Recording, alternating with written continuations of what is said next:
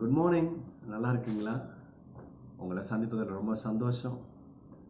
இந்த வார்த்தைகள் உங்களுக்கு ஆரோக்கியத்தை கொடுக்கிறது என்பதை நான் நம்புகிறேன். தயவுசெய்து இதை உங்களுடைய நண்பர்களுக்கும் அனுப்பி வையுங்கள். ஜீவன் உண்டாகட்டும். ஆமென்.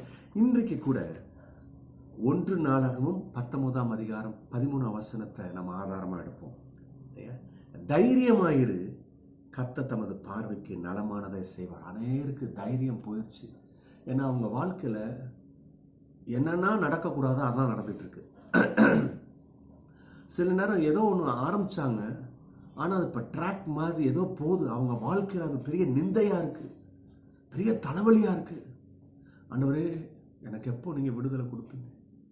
சிலர் அவங்களுடைய பிள்ளைகள் மூலம், சிலர் அவங்களுடைய தொழில் மூலம், சிலர் அவங்களுடைய வேலை ஸ்தலத்தில் இந்த பையனுக்கு நான் இறங்கினேன் வேலைக்கு, நான் தான் அவனுக்கு சேர்த்து விட்டேன், ஆனால் இன்றைக்கி எனக்கு அவன் உபத்திரமாயின்னு இருக்கிறான், எனக்கு இன்றைக்கி அவன் எதிராளியாயின்னு இருக்கிறான். இது எல்லா இடத்துலையும் நடக்குது பாருங்க இல்லையா? கர்த்தர் உங்களை பார்த்து தான் சொல்கிறாரு, ஐயோ நான் நல்லதானே செஞ்சேன், ஏன் எனக்கு இப்படிப்பட்ட துரோகமாக மாறுது? பயப்படாதீங்க, தைரியமாக இருங்க. கர்த்தர் தமது பார்வைக்கு நலமானதை செய்வார். உங்களுக்கு என்ன கொண்டு வரணுமோ அதை கொண்டு வருவார்.